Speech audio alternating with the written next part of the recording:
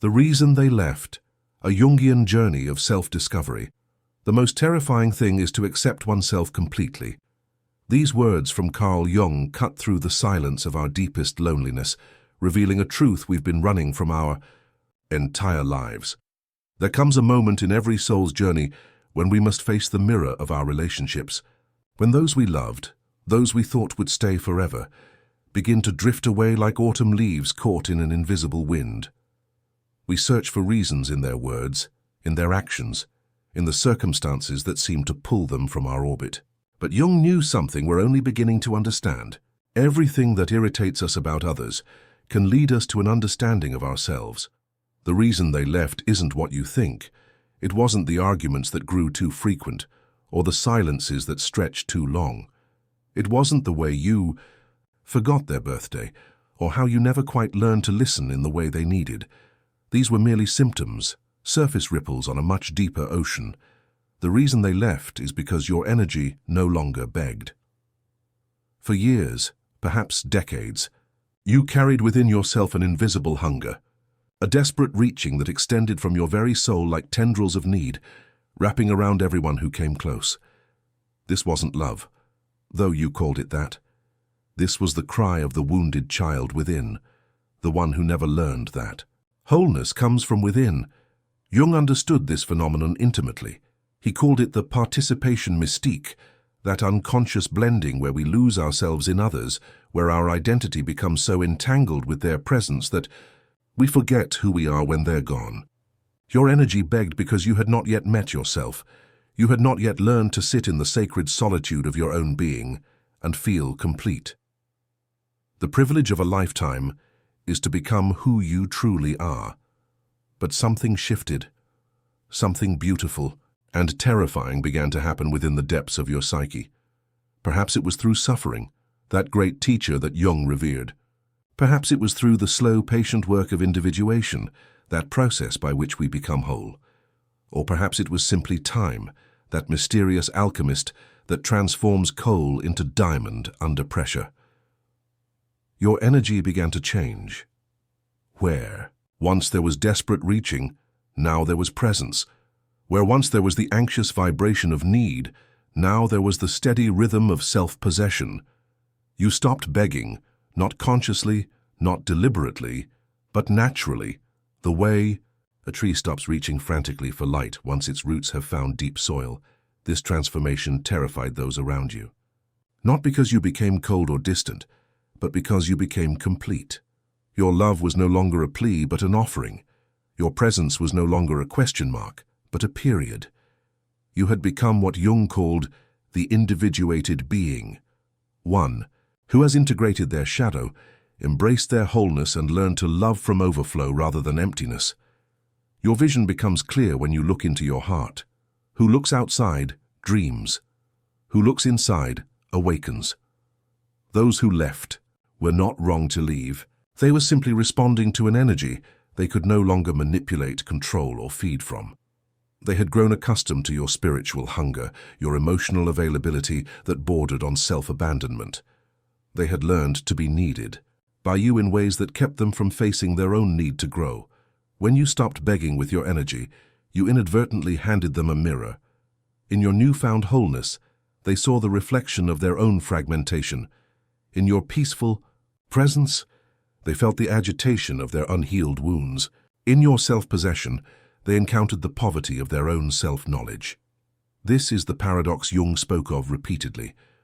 The most terrifying thing is to accept oneself completely. When we do this work, when we truly accept ourselves, we become a living invitation for others to do the same. But not everyone is ready for that invitation. Not everyone wants to grow. Some people need the familiar dance of dysfunction, the comfortable chaos of codependency. Let me tell you what happened in the invisible realms when your energy stopped begging. Your aura, once scattered and reaching, began to draw inward. Like a flower closing its petals at dusk, you gathered your spiritual essence back to yourself. You stopped being a question and became an answer. You stopped being a wound and became a healing. This transformation didn't happen overnight. Jung knew that individuation, the process of becoming who we truly are, is the work of a lifetime. It happens in stages, like the slow turning of seasons. First comes the awareness that we are not who we thought we were. Then comes the difficult work of facing our shadow, all the parts of ourselves we've rejected, denied, or projected onto others. One does not become enlightened by imagining figures of light, but by making the darkness conscious. You began to make your darkness conscious. You faced the needy child within, the one who learned that love meant desperation, that connection required the sacrifice of self. You held that child with compassion, understanding how it learned to survive in a world that seemed to offer love only in exchange for self-abandonment. As you embraced your shadow, something miraculous occurred. Your light became authentic. Your love became genuine. Your presence became magnetic, not in the way that desperately attracts, but in the way that naturally draws. You became what Jung called a symbol of the self, a person who has integrated the opposites within themselves and achieved a kind of inner harmony. This wholeness changed everything. Where once you sought completion in others, now you offered completion to them. Where once you feared abandonment, now you understood that everyone must walk their own path of individuation. Where once you clung, now you could love and let go simultaneously.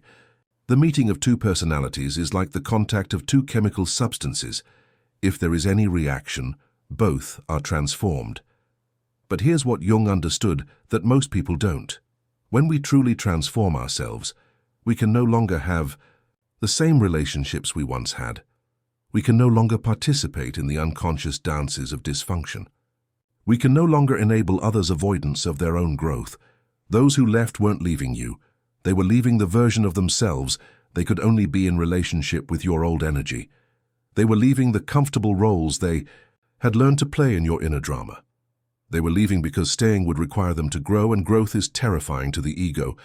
Your energy no longer begged, and in that silence, they could no longer avoid hearing the call of their own souls. They could no longer use your need as a distraction from their own work. They could no longer hide their own emptiness behind your spiritual hunger. This is the price and the prize of individuation. We lose some people, but we find ourselves. We experience loneliness, but we discover solitude. We face rejection, but we encounter acceptance, deep, abiding self-acceptance that no external relationship can shake. Jung wrote extensively about what he called the transcendent function, the psychological mechanism that bridges conscious and unconscious, that helps us integrate opposing forces within ourselves. When your energy stopped begging, you activated this function. You became the bridge between your wounded child and your wise adult, between your needy self and your whole self. This integration created what Jung called the symbol, a living expression of wholeness that speaks to others' souls without words. You became a symbol of what's possible when we stop seeking ourselves in others and start finding ourselves in ourselves. But the journey doesn't end here. In fact, it's just beginning. Because now comes the most beautiful part, learning to love from wholeness, to connect from completeness, to offer yourself as a gift rather than a need. The most intense conflicts, if overcome, leave behind a sense of security and calm that is not easily disturbed. You have overcome the most intense conflict of all, the war between who you thought you needed to be and who you actually are. You have integrated the beggar and the king within yourself. You have learned that true love doesn't grasp, it graces. It doesn't demand, it offers. It doesn't cling, it flows. This is why some people couldn't stay. They had learned to love your wounds, not your wholeness. They had become comfortable with your spiritual hunger because it made them feel needed, in a way that avoided their own need for growth.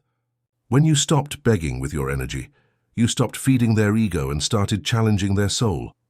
Let's speak honestly about this process, because Jung valued honesty above all else. There were nights when your transformation felt like death.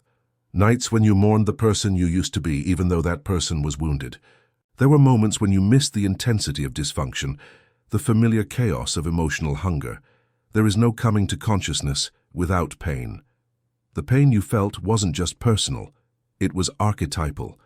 You were experiencing what every soul experiences on the path of individuation, the death of the false self and the birth of the true self. You were dying to who you thought you needed to be and being born into who you actually are. Those who left during this process were simply playing their role in your individuation. They were the teachers who showed you, through their absence, what it means to be whole within yourself. They were the mirrors that reflected back your growth by no longer being able to engage with your old patterns. This doesn't make their leaving less painful. Jung never suggested that growth is painless, quite the opposite. He understood that individuation requires us to feel deeply, to grieve completely, to experience the full spectrum of human emotion without avoiding any of it. The word happiness would lose its meaning if it were not balanced by sadness. You felt the sadness. You mourned not just the relationships that ended, but the version of yourself that died in the process. You grieved the familiar patterns, even though they were limiting.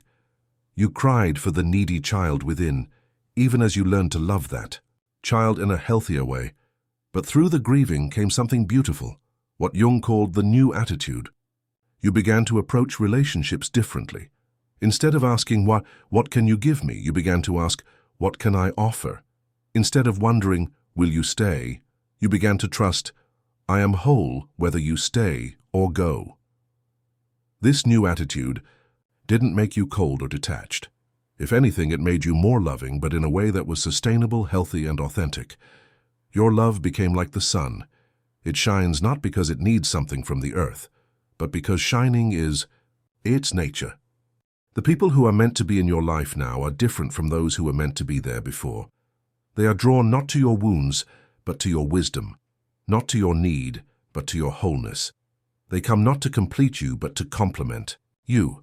They stay not because you beg them to, but because they choose to walk the path of growth alongside you. The privilege of a lifetime is to become who you truly are. You have claimed this privilege. You have done the sacred work of individuation. You have faced your shadow, integrated your opposites, and emerged as what Jung called the individuated being, a person who is both fully themselves and fully connected to the greater whole. Your energy no longer begs because you have remembered something essential. You were born complete. The wholeness you sought in others was always within you, waiting to be discovered, claimed, and embodied.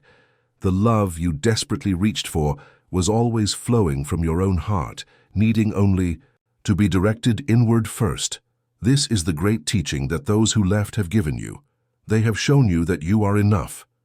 By their absence, they have pointed you toward your own presence. By their leaving, they have guided you home to yourself. Now you understand what Jung meant when he wrote about the transcendent function. You have become the bridge between opposites, between giving and receiving, between solitude and connection, between love and freedom. You hold these opposites within yourself without needing to choose one over the other. Your energy no longer begs because you have learned the ultimate truth. You are not half of a whole seeking completion. You are a whole being capable of sharing wholeness. You are not a question mark seeking an answer. You are both the question and the answer, forever in dialogue with the mystery of your own becoming. The journey continues, but it continues from a different place. From the place of self-possession rather than self-seeking, from the place of inner fullness rather than inner emptiness. You walk forward not as one who needs, but as one who has something beautiful to offer. Those who are meant to walk with you will recognize this energy. They will be drawn not to your desperation, but to your peace, not to your spiritual hunger, but to your spiritual nourishment. They will come not because you need them, but because together you can create something beautiful. Two wholes making something greater than the sum of their parts. The meeting of two personalities is like the contact of two chemical substances. If there is any reaction, both are transformed. You are ready now for relationships that transform rather than deplete, that inspire growth rather than enable stagnancy, that honor wholeness rather than exploit woundedness. You are ready for love that flows like water rather than grasps like hands. The reason they left was because your energy no longer begged. And that, dear soul, is the most beautiful gift they could have given you, the gift of discovering that you are already everything you've been seeking. Jung spent his life studying the human psyche, and his greatest discovery was perhaps this: we are far more whole than we know, far more complete than we feel, far more capable of love than we dare to believe. Your journey of individuation has brought you face to face with this truth. The child within you has learned that it is safe to be whole. The lover within you has learned that love doesn't require the sacrifice of self. The seeker within you has discovered that what you seek is what you are. Your energy no longer begs because you have remembered your essential nature, not as one who lacks, but as one who overflows. Not as one who needs completion, but as one who offers it. Not as one who fears abandonment, but as one who trusts the divine orchestration of all relationships. This is your invitation to continue the sacred work of becoming who you truly are. To trust the process of individuation even when it's painful. To honor the wholeness you've discovered, even when others can't recognize it. As Jung so beautifully expressed, your vision becomes clear when you look into your heart. Who looks outside dreams. Who looks inside awakens. You have awakened. You have looked inside and found the infinite source of love, wisdom, and completeness that was always there. Your energy no longer begs because you have discovered the inexhaustible fountain within. If this reflection has touched something deep within your soul, if these words have reminded you of your own wholeness, subscribe. You are not alone in this journey of becoming. We are all walking the path of individuation together, supporting each other as we discover who we truly are. The journey is just beginning, and your transformation continues to unfold like a flower opening to the light of conscious awareness.